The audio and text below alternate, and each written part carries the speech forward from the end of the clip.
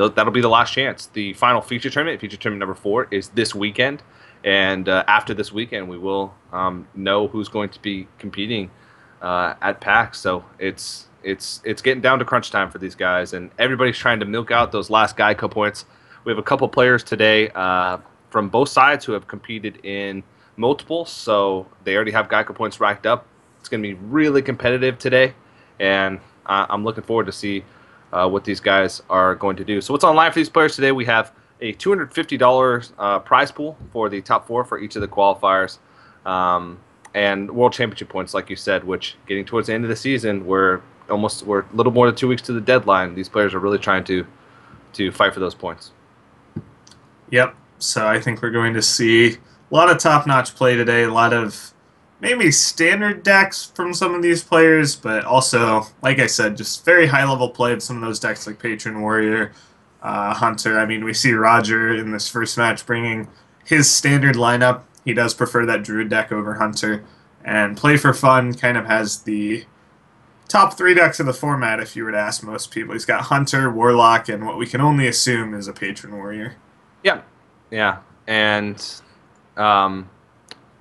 make sure, guys, as a reminder throughout the day, head over to geico.onog.gg. It's the website for the tournament. You can get more information on how the GEICO points work, the upcoming schedule, which really isn't that much more. Qualifier this week, and then the feature tournament, and then, of course, the grand finals at PAX at the end of August. And you can also enter in to win an official TSM PC. So it's right on the front page there. Also, you can get a GEICO quote, which really helps GEICO get a good feel for how many people are supporting them getting into esports. So it helps us out a lot. It helps them out a lot, and it's good overall. So head over there throughout the day. And it looks like we are about to jump into the first match of the day. Roger versus Ply4fn. Semifinals of EU qualifier number 7. First match looks like it's going to be Handlock from Ply4fn and Warrior for Roger. Yeah, like I kind of mentioned, we're going to see probably, especially in this match, a lot of very standard matchups that we've seen time and time again. But it is interesting that as the meta develops, card choices change, and basically these players trying to make these matchups as good as possible. So as Patron might have been really unfavored in the past, now Patron players feel like it's not so bad. Maybe tech choices put them in a decent spot, and we'll have to see how that pans out. Yeah, and there's usually a couple like windows of opportunity as the Patron Warrior in this matchup. And I mean, a lot of it depends on if you can have removal to line up with the early threats. I mean, it's sort of like Control Warrior in a way, because you need removal for your other threats or you get blown out, and then you'll have small windows of opportunity where you have to burst them down, and other than that, it's going to be tough for you to win. But it's tougher than that because you don't have as many removal tools. You have 2 executes instead of 2 executes, 2 shield slams, BGH, brawl. So it's a little bit rough. And there we go. We should have Roger's hand up there in just a second. It's a little off to the side, but yes, better. Yeah. So like you said, not very much removal for the Patron Warrior. They're basically just kind of looking to survive and then get that OTK going in the mid game, but if they can't, and if that first threat, like a Mountain Giant, does just stick, it can get very, very tough for Roger here. Yeah, and Ply4fn does hit his first threat here. Did have the Mountain Giant in that opening hand. Doesn't really have a second one, but does have some 5 drops to follow it up with. Yep, so it's like Roger's best response is just face tanking it, probably twice. He could slam next turn and just trade in the Gnomish, but Lothab will probably prevent that. He's gonna take at least 16 damage from this Mountain Giant. That's pretty intense. Ply4fn could go for the Sludge Belcher over Lothab to try and maybe prevent Roger from getting the attack on it, if he thinks that that's more likely to save it. It would still die to like slam Inner Rage. So maybe the Lothab might be a little better here. Yeah.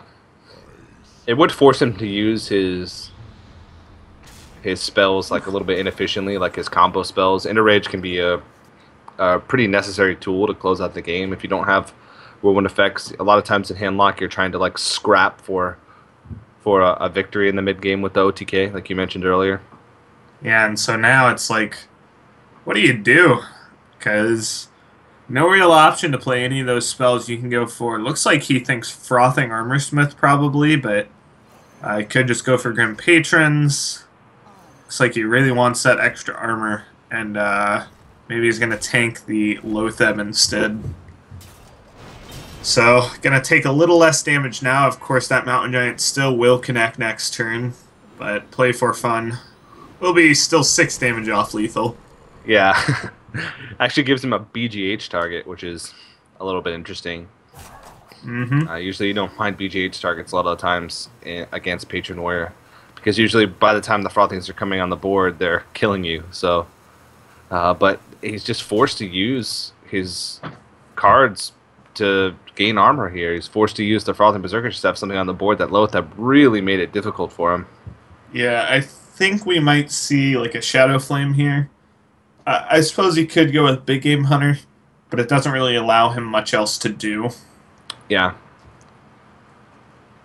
You saw that he didn't have a way to deal with your Mountain Giant on the past couple turns, so playing like Ancient Watcher, Shadow Flame, and preserving your Mountain Giant, putting him down to, what would be 8 health after the armor? Yep. He would go down to 9. 9 health. So, still be a little bit off. Looks like he's going to attack first. And consider.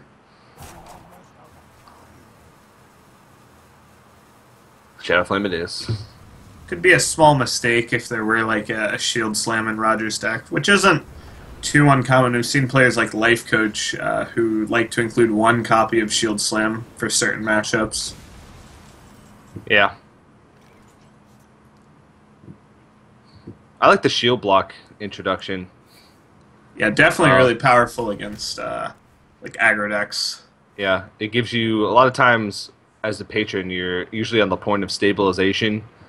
Like by the time you get to the point where you can start comboing, and the shield blocks just help you get to that place better. But of course, not going to help too much in this matchup if he does run them. It'll help him cycle, which is always good, but I mean, right now, Roger doesn't really have a way to close out the game. He's got the second Death Bite, but he's at really low health, no Warsong Commander, and looks like Ply4fn just going to keep taunting up. Yep, and now Ply4fn also enables any Ironbeak Owl draws to do 4 damage, which would be enough if Roger were to not armor up. So Roger's going to go for a Battle Rage turn, and yeah, he didn't armor up, so any Ironbeak Owl plus that Mortal Coil, or not Mortal Coil, but Dark Bomb would do it. Hellfire as well. Hellfire, yep. Second Dark Bomb. So he's on quite a few draws. Molten Giant won't do it. And he does have to be a little afraid if he doesn't draw into lethal, or if he doesn't want to play out lethal, then those patrons could be a big deal. I think he's just going to opt to taunt up the Sylvanas and the Watcher. But yeah, it's usually pretty safe because you know that you're not gonna die because the Sylvanas just makes it almost impossible for you to try and play around. Or well, are you not gonna die? That's a lot of damage. I feel like Roger needs to start going now. Yeah, he needs to go for this right now. Recognizes that. I think he's going to go with Whirlwind and Execute. Trading Big in thing here, though, is what is the Sylvanas going to steal? If the Sylvanas steals the Frothing Berserker... He's all in on it, not stealing that Frothing Berserker. This has to be the way he plays the game. Even if it happens, nothing you can really blame it on, so... Yeah. This would be lethal if it doesn't steal the correct thing. So it looks like he's going to... And it won't be lethal if it does steal the correct thing, because he doesn't have enough room on his board for enough patrons. Yep, see what it takes. Oh! That's just a patron. That should be it. If he can attack with 2 of these patrons. Oh, but the extra spawn, yeah, he only needed to attack with 1, so... Yeah. but he had to anyway. And that's going to do it. Roger with the top deck war song takes game 1. Yeah, very well played. He said recognizing that he needed to move fast there, seeing that that was going to be his only win condition, not second guessing it against a rough matchup like that. You have to take those risks. Like you said, you can't really blame it on anything. If that Sylvanas had stolen, I mean, it was a 1-in-6 at that point. If it had stolen the Falling Berserker, you just kind of got to say, well, I mean, I was given a chance, but I mean, who knows? Who knows the odds in those kind of situations? Because a lot of times in that case, it wasn't that close. It was just like you said, if it doesn't steal frothing, I win. But sometimes there are awkward scenarios where it's like you don't really have time to think up. Okay, if it steals the second patron and I already attack with the first, I lose. Stuff like that. You have to realize you're at 5 health. You're gonna lose this game if you don't win this turn. Like, you need to go. Yeah. And he recognized that and just barely didn't get roped out. Yeah, overall, I'd say that's pretty well played by Roger. It was looking really grim for him, but manages to pull it out, and now he's got a game-up lead and play for fun. That's a little bit demoralizing as well. You go into a matchup thinking, oh, yeah, I definitely have the advantage in this one, especially the whole game. He's thinking, okay, I'm the one ahead right now, and then to lose like that, it's got to be a little rough. Obviously not where you want to be, and I feel like Roger might have identified that last matchup just by despiting the Giant, kind of like, okay, if he has a second Mountain Giant, I'm just going to die and lose. But that's a risk I have to take. Yeah. So Roger's going to throw out the Druid. You talked about this earlier, how Roger really favors the Druid over the Hunter. Mm-hmm. And I feel that's a way for a lot of the Asian players, Taiwanese players, and Korean players really like the Druid. And a lot of times you'll see them go for the Druid over the Hunter. Yeah, I've kind of heard a joke from some of the Korean players. One of my teammates, Kranich, is Korean, and so I've talked to him among some other Korean players, and they'll joke that the Asian Druid players always show wild growth. They always get you. And, I mean, it is obviously they don't have any innate advantage of any of that, but they do, and they do really like that kind of play style of, if I'm going to draw that card, then I'm going to be so far ahead, and so it's maybe one of the things that they prefer more than the Western scene. Yeah, and Druid, I mean, it fell for a while, but it's starting to make a comeback. 6 out of the 8 players across both qualifiers today, the qualifier finals between EU and NA, have Druid. 6 out of 8. Yeah. That's a lot more than last week, where I think it was like 3 out of 8, where most players bought Warrior, Hunter, Warlock. So it's starting to make a comeback. I mean, it never really left too much, but it's becoming a little bit more popular than it was, say, 2-3 weeks ago. Yeah, if there's one place that I think Druid has really performed, it's open qualifiers, and I'm not sure if that has to do with kind of the average expected field, or if players just tend to favorite more in these types of events, but if you look at that compared to the results it boasts in actual tournament play, it's night and day, basically. Yeah. Players are starting to tech it so heavily against Patron, because Patron, almost everybody brings Patron in open qualifiers. They bring Ooze, Harrison, and Mind Control tech, like 3 cards that are specifically teched, almost specifically teched against Patron Warriors. You find yourself having a lot of good matchups across the board, so not surprised. It's one of the few decks that can actually pressure Patron Warrior in a really powerful way. It does unfair things a lot of the time with Wild Growth and Innervate, and even Emperor Thorson, so one of the few decks that can pressure them in a way where the Patron Warrior has to do bad things to stay in the game. The other deck really that can do that being Handlock. Mm-hmm. Yeah. Wouldn't be surprised to see Roger hold back on this attack. Yeah, he's going to. Doesn't want to enable Moltons too quickly. He even trades in his Shade as opposed to going for the value trade, because he just wants creatures to stick on the board, and he doesn't want his Shade to get just like picked up by a Hellfire or something like that. So Roger's probably one of the most experienced players in the competitive scene with Druid. Yep. This is definitely a matchup that, I mean, it's been around basically the same way it is right now for over a year. Yeah. It's always just been, Handlock's barely changed. They got Doctor Boom, they got Healbot, but that was replacing Earthen Ring and Siphon Soul, stuff like that. They got Emperor, but both decks got Emperor, so. and Druid utilizes Emperor quite a bit better than Warlock most of the time.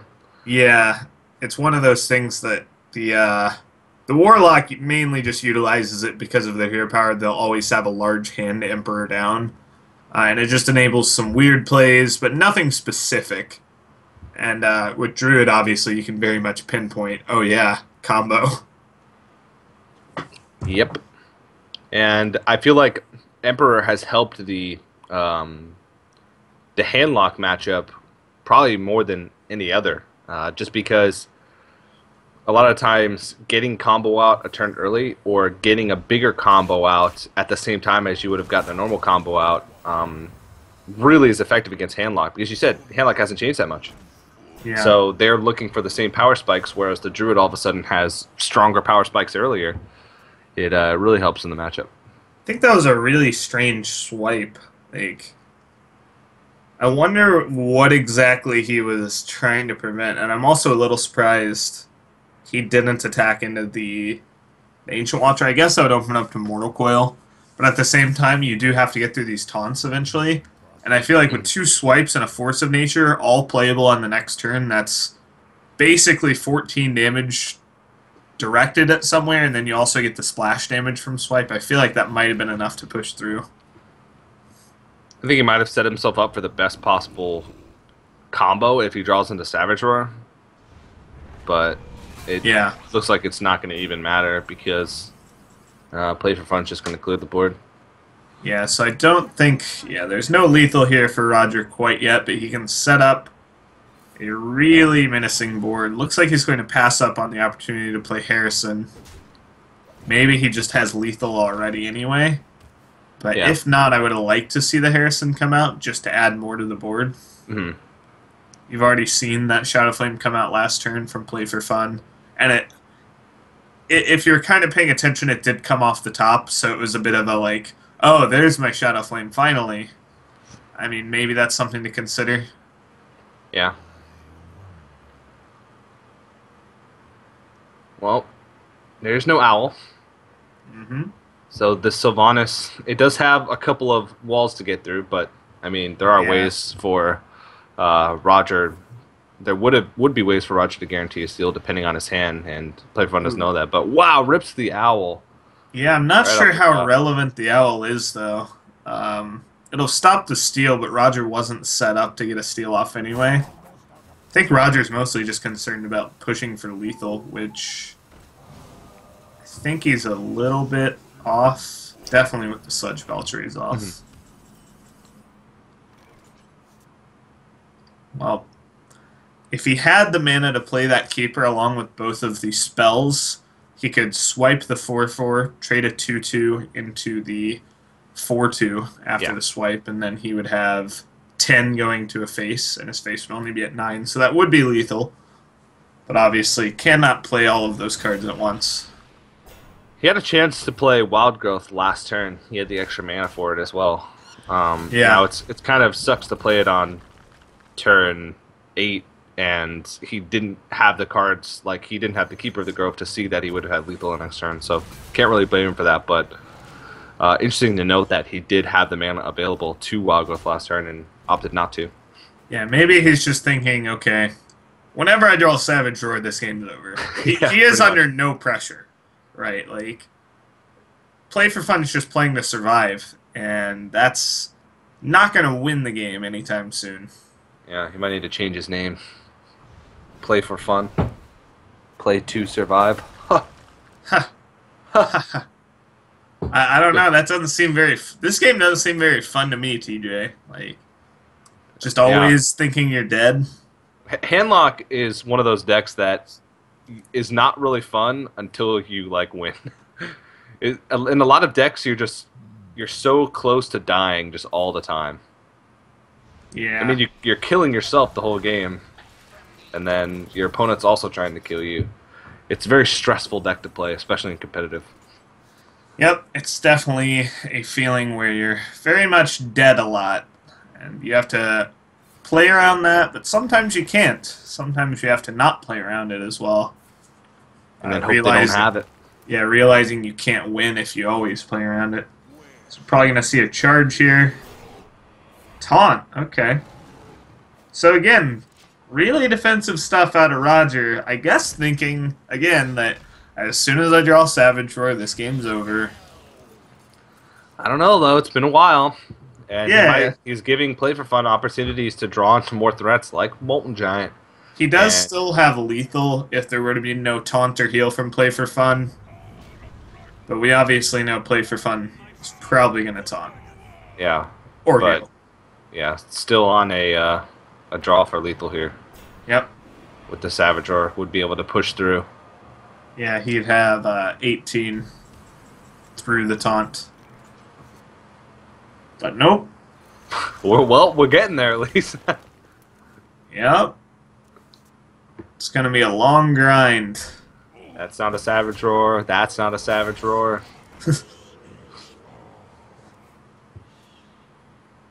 So we're back to Play for Fun, and I mean, I suppose you could say he's done a nice job of staying alive. Mm-hmm. So he's trying to think, is there a way now for me to play around combo? And I don't think that there is, even if he taunts up. Yeah, well, you know your opponent hasn't had combo for so long now. So it's like, you know they have APs. And I suppose you assume that the Harrison Jones is like Innervate, probably. It doesn't make sense for it to be Harrison, I think. I feel like Roger might have been able to get away with playing that Harrison a long time ago. Yeah.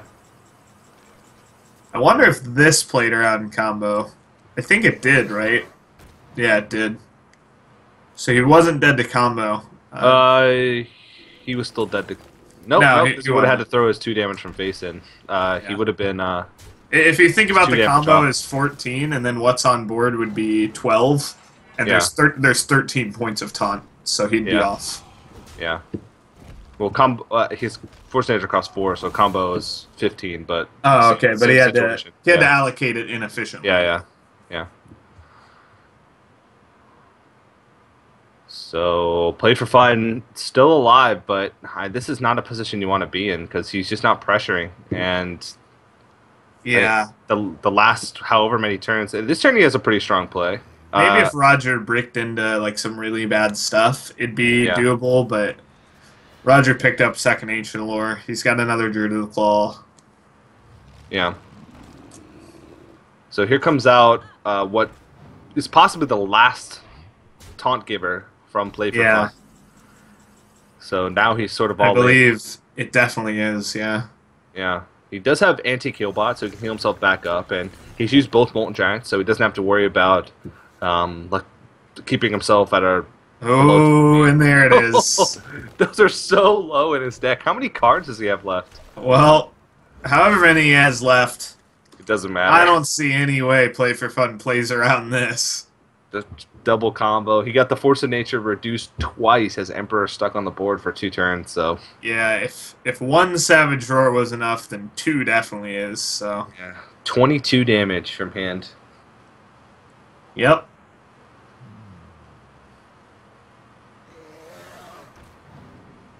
Dead man walking. Yeah, he can't even remove the Ancient Allure. So that's going to be like 25, 27 damage to face. Yeah. And with that, I mean, Rogers is going to take a, not really quick, but a definitive 2-0 lead in the series. And now Play for Fun has to beat a Warlock 3 times in a row. I'm not sure what Warlock deck Rogers running. But Roger tends to favor handlock. I've seen Roger play handlock a lot. He could, I mean, it very well could be like a Demon Zoo, but I think a lot of times Roger does like the handlock. Yeah, I think Roger's main Warlock deck is handlock, but again, I don't think Malagos Warlock or Zoo is really out of his range. Mm-hmm. We have seen some weirder Warlock decks popping up, kind of like homebrewed stuff in certain tournaments, but I feel like it'll probably be... I mean, Roger's more of the type of player to stick with what he knows works well. Like, he'll let other people kind of reinvent the wheel and go with what he likes. But it is Zoo, yeah. Yeah, all right. A little bit interesting. Do have to keep in mind, though, that these players are using the decks from the Open. So this is sort of the continuation. It's the Final Four of the Open tournament that happened yesterday. So maybe the fact that he was playing through an open changed his decision. Maybe if this was like a fresh lineup, he might have brought handlock, but knowing that he had to play through a lot of best of fives yesterday, he brought the zoo instead. But a little bit of a different approach here from Roger from what we normally see, but I don't know, I kind of like it. Yeah, I think basically with this he's saying, okay, people are really out to counter handlock right now, including himself, kind of. But if he realizes that handlock might have some weak matchups in the meta, then it makes a ton of sense to just go with Zoo. Yeah. The old Ancient Watcher Owl. Yeah, it's gonna do as some strong work. as it once was. It's gonna do some work. It's going to get removed by the dire wolf abusive sergeant, but then the owl gets to take down the dire wolf, and he's got 2 mortal coils to pick up some of the 1-1s and 2-1s left on the board. Yeah. Once upon a time, this was like one of the strongest openings that you could do as handlock, but there's so many sticky minions now, like the Nerubian Egg and the Haunted Creeper that can trade up into an Ancient Watcher so easy that it's not nearly as strong as it used to be. Yeah, I'd expect Ply4fn to still just go for a tap over that second mortal coil. Yep. He did do a pretty good job of stabilizing in the early game, though. Yeah, Roger's nearly out of stuff. Yep. Void Color, not going to get a demon, but he is threatening to get one, which is pretty important. Do you think it's usually just better to man up and go for it? Yeah, I do. His other play was Tap Egg, which presents no power on the board. You're pretty likely to draw into a demon before the handlock removes it, or the handlock might just silence it. Like if the handlock had... In fact, I think it's fine to just play Voidwalker here. Like, you're giving up the Death Rattle value, but I think the fact that you play it telegraphs to your opponent that Ironbeak Owl in your hand isn't an Ironbeak Owl, and it's like a Mal'Ganis. You really want to get dropped. It's a good point, because that owl has been sitting in his hand since the beginning of the game, so if you're Ply4fn, you're really scared of that one card in particular. Yeah, I'm a little surprised Roger's going to choose not to pop his egg. I feel like he could have popped 1 egg, because he has the second one kind of as insurance to make sure he's fine against board clears. Yeah. And we can see that Ply4fn doesn't even have a board clear yet, so... Yeah, I guess he still wouldn't be showing lethal. Yeah, it doesn't have that much actual power on the board. It looks pretty intimidating and scary, but the eggs are there for, like you said, the AoE protection, not really for the pressure, so... Yeah, he could have had more, though. About another 4 power, that would have put him at 13. Ply4fn would be dead to Power Overwhelming or Doomguard, and then I feel like he would have been a lot less willing to just go for Emperor Thorison. It's a play that I feel like he thought he was safe enough to go for it. And so now Roger kind of has to tiptoe around Moltons, figure out the best way to go about this. And alright, he's going to decide the best way is hope he doesn't have them. And he does. I mean, he also had Emperor Reduction, so he hit him to 15 and then realized, oh, he can still play a Molten plus a Taunt anyway, so I might as well just go for it and hope he doesn't have 2. So yeah, maybe with the Emperor Reduction it's best to just not worry about the math, because if you screw up the math and you miss that 5 damage or 4 damage or whatever, then you're just so far behind. Yeah. And he does have an owl, so he can get through 1. It's just now, I mean, this is effectively almost the same as the double Molten Giant, because with the reduction, he's able to play Mountain plus the Taunt as well. So that's a big wall. Yeah, and Ply4fn's not going to take any risks. He's going to taunt up the biggest stuff possible. Yep, Doomguard's really nice. You can owl one of them. He is actually pushing 5 right now, so he's not quite there. If he had popped the egg before, he'd be pushing a little more, and I think this game might even just be over by now. But opted not to do that. Still going to be a little bit of a rough situation. He does have Dr. Boom for next turn, which is going to help him. but he's at that point now where it looks like Play for Fun's going to sort of have the initiative on the board, because even if a giant silence, it's still an 8-8, so he can still challenge whatever's on the board. Yeah, and he can just re-taunt it up. Yeah, with Defender Vargas in his hand. So it's going to be really tough for Roger to push through as this game progresses. We haven't seen Power Overwhelming yet, so that could be a big draw if he manages to get it in the next couple turns. But he's definitely going to be sort of on a clock here. Yep, so he's going to push that 5 damage to face and set himself up in a position to win. But like you said, I don't know if it's going to be enough. He can taunt up a Twilight Drake and probably Ancient Watcher. Yeah. Yep, that's going to be the play, so unless the Boombots do a lot of work, I don't know. Well, Doomguard's a decent draw because it's a big body, but I mean, how much damage is he staring at on the board here? I mean, he's staring at 17 damage. Oh, yeah. Defender Vargas. It's going to be helpful next turn to maybe stall, but yeah, when you're at the point, if you're the Demon Zoo deck, if you're the one who's trying to stall, you usually have just lost. Not feeling too good, yeah.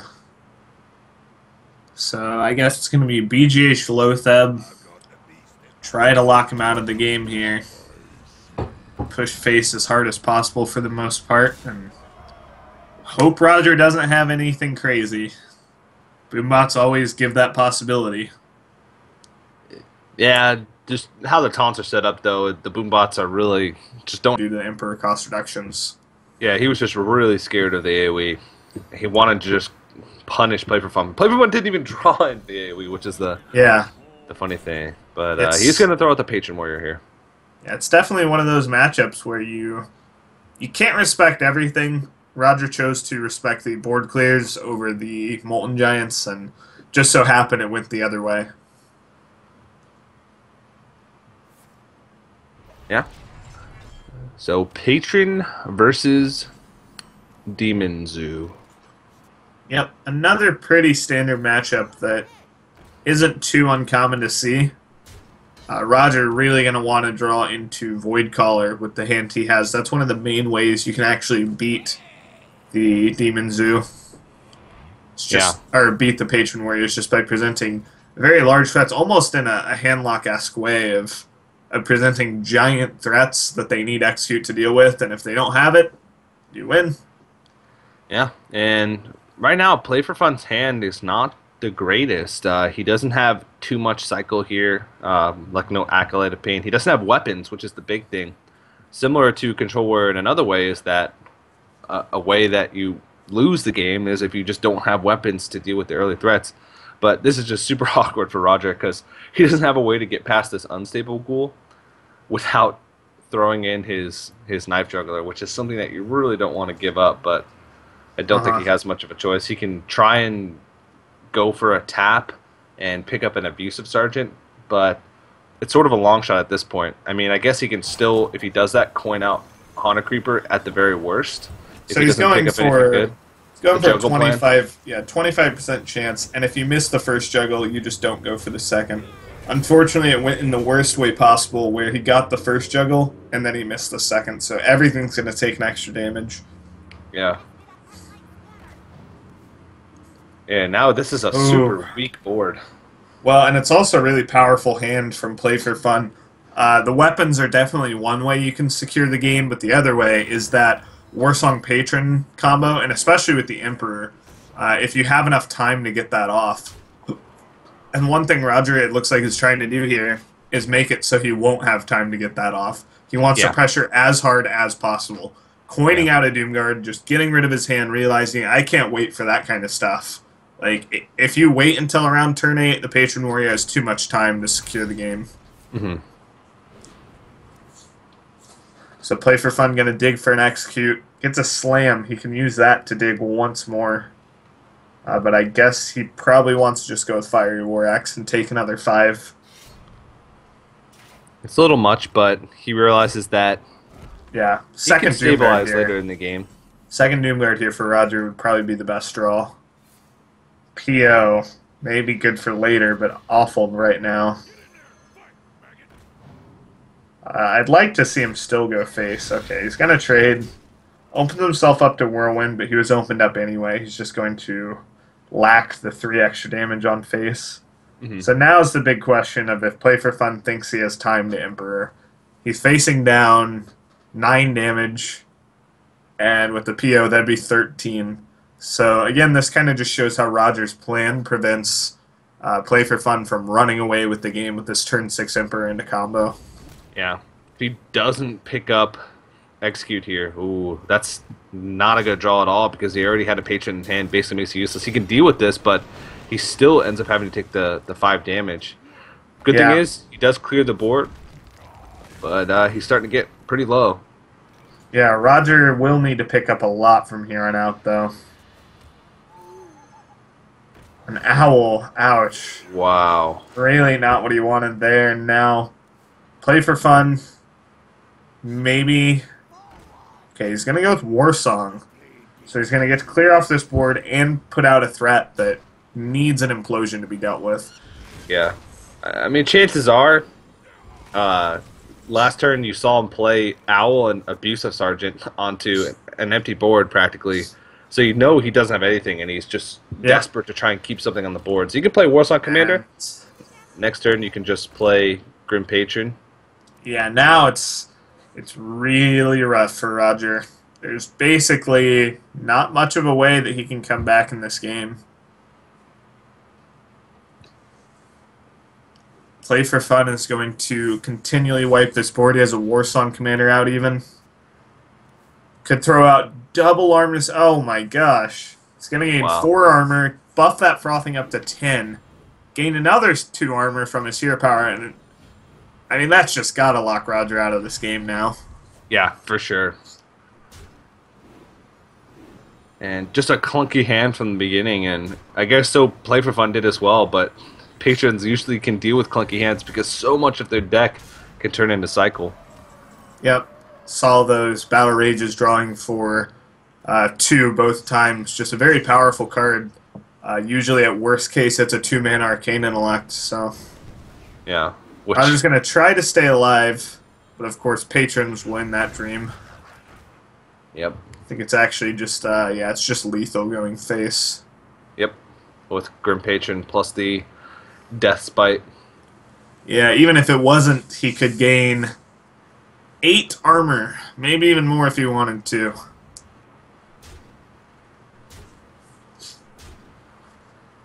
Alright. Well, it looks like we are going to be going to a game number 5. And after being up 2-0, Roger finds himself in a situation where he's struggling to find a win with the Demon Zoo. The series is going to come down to Hunter versus Warlock. And, I mean, it depends on what kind of Hunter this is from Play4fn, but it is a pretty decent matchup for him going in against the Demon Zoo. Yeah, I think ideally for him it'd be a pretty aggressive version, but with... I suppose Freezing Trap can be really solid a lot of the time, but sometimes it doesn't quite get the job done. I think that's still something you probably want in your deck in this matchup. The main thing being Savannah Highmane's not as powerful against Zoo because they won't give you much time to play it. Yeah. We do see like Hunter's Marks, so maybe a telegraph that it's a bit slower of a Hunter deck. Yeah. Lotheb as well. Sometimes you can put Lotheb in the faster Hunter decks as well. Yeah, I feel like Lotheb is in the good list of a bunch of the... just every Hunter deck, basically. Ever since Patron Warrior came out, it's a card you almost need to have.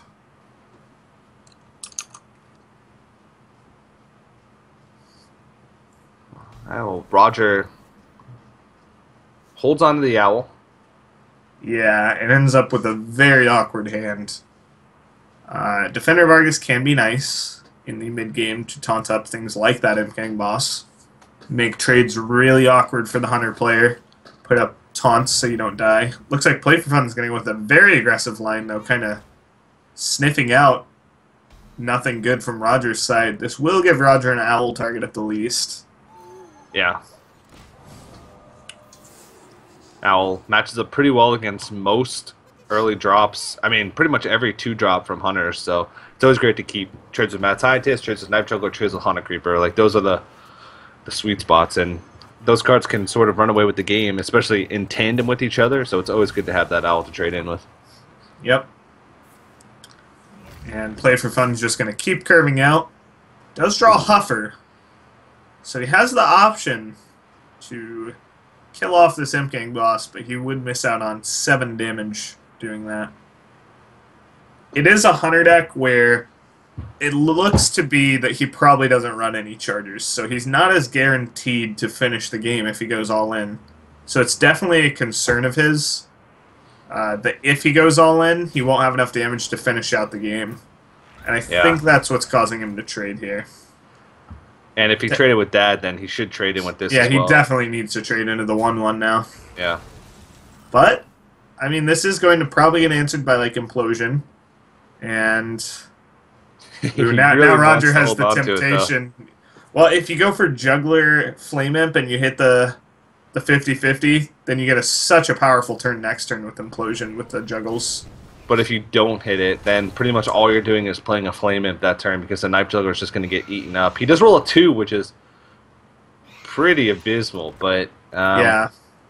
Actually, that is bad because now it's the difference between being able to have decent ways to trade with these Haunted Creepers into all of a sudden you're staring at these things, and even if you Defender Vargas and challenge them, they can still kill your entire board plus some. Yeah, and now Roger, without really great things to do, I think, he needs to start pushing face, put a lot of pressure on the Hunter player, and hopefully Play for Fun has to trade into him, and Roger can kind of win a race scenario, but Zoo isn't the greatest deck at racing.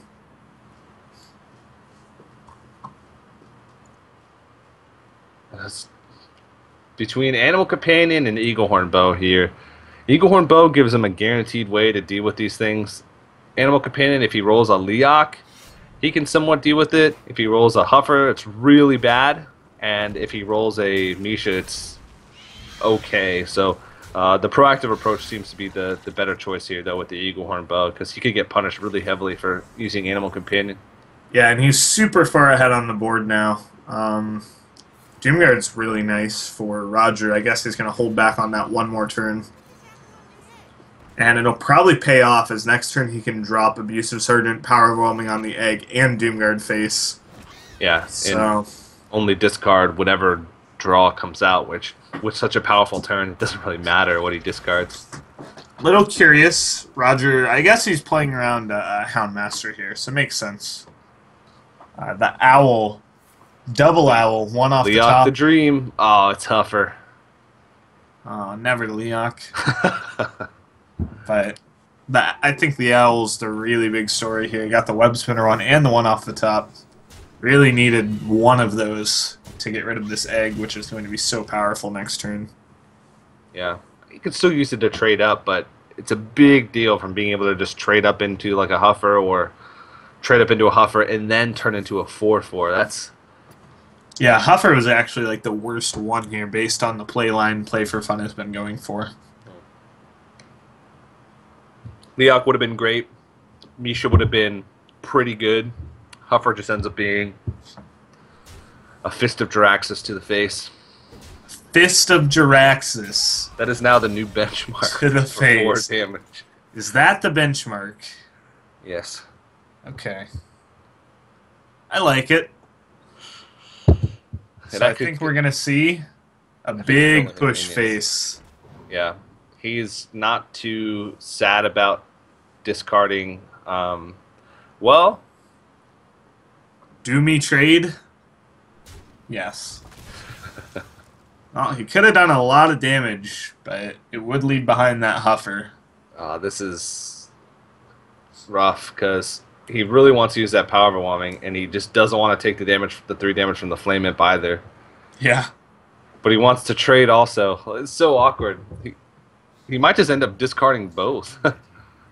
No, I think you'd play the Flame Imp. You'd take the damage and risk it?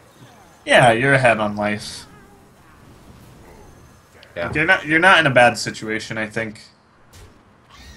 You're pretty fine. Like, your opponent has shown you multiple times that they don't want to go face, they want to play board control, which means It's very they true. probably don't have a kill command.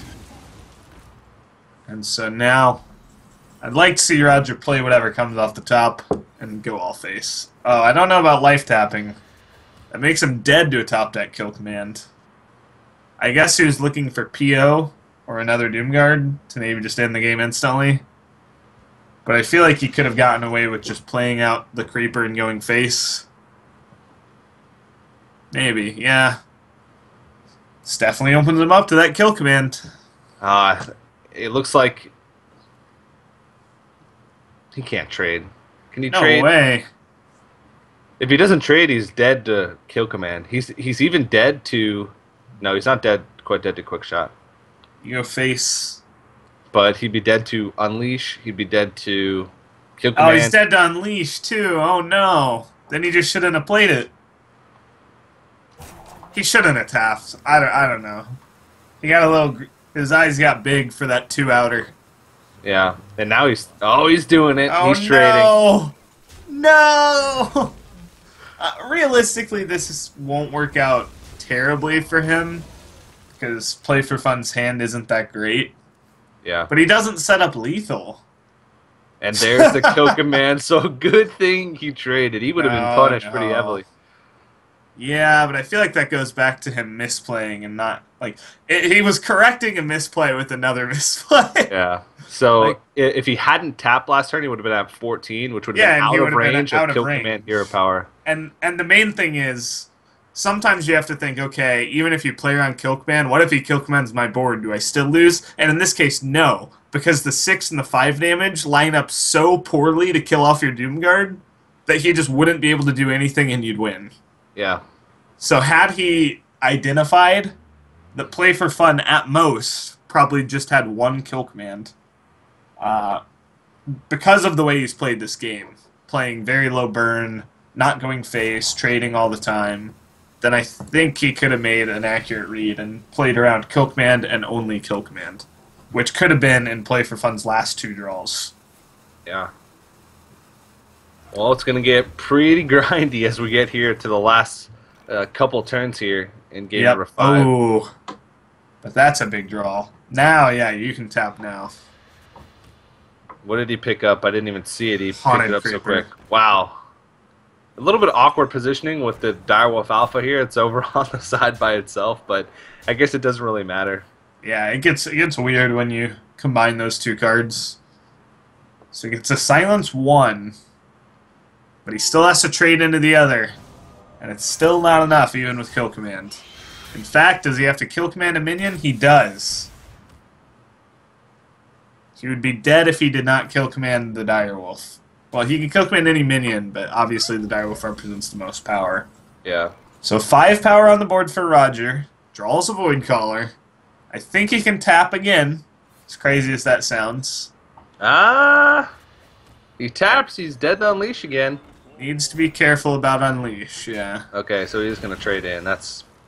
Oh! Oh, no! Well, this isn't that bad.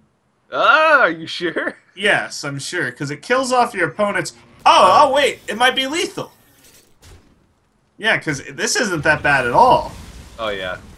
Is the Boombot's going to hit? 2! And 1. 2 and 1. That's going to be it, though. He whips. He needed kill Whew. quick shot and probably second quick shot, but Something like that. wow, Roger manages to take it in a crazy back and forth game there. Yeah. The Hunter versus the Demon Lock. I feel like Roger made it closer than it should have been, I suppose. He still ended up taking it, but it could have been a lot more in his favor than it actually was. But Roger is going to move on to the finals, and Play for Fun is going to move down to the 3rd place match. A really good effort by him to come back from being down 2-0, though. Yeah, I thought he played pretty fine. I mean, maybe going face might have worked out a little better for him in that last matchup. I'm not sure. I feel like trading the Imp King Boss was fine. Yeah. But, yeah, things definitely did not pan out for him in the end. And Roger, kind of a seasoned veteran of open tournaments, of land tournaments of everything, really. Has a ton of BlizzCon points, going to move on to the finals and look to make a name for himself in the Yeah. summer circuit. Yeah, so the next match we have coming up is going to be Impact versus Logan. We are going to take a quick break before we do that. Keep in mind, guys, the next EU and NA qualifier is tomorrow. So that's your last chance to qualify for the summer circuit and have your chance to compete at PAX. So make sure tomorrow, if you do want to compete, you can sign up at liquidheart.com. On the right side of the screen, under upcoming events, the ONOG NA and EU qualifier number 8. But we are going to take a quick 2-minute break, guys, so don't go anywhere. More summer circuit action continues right after this.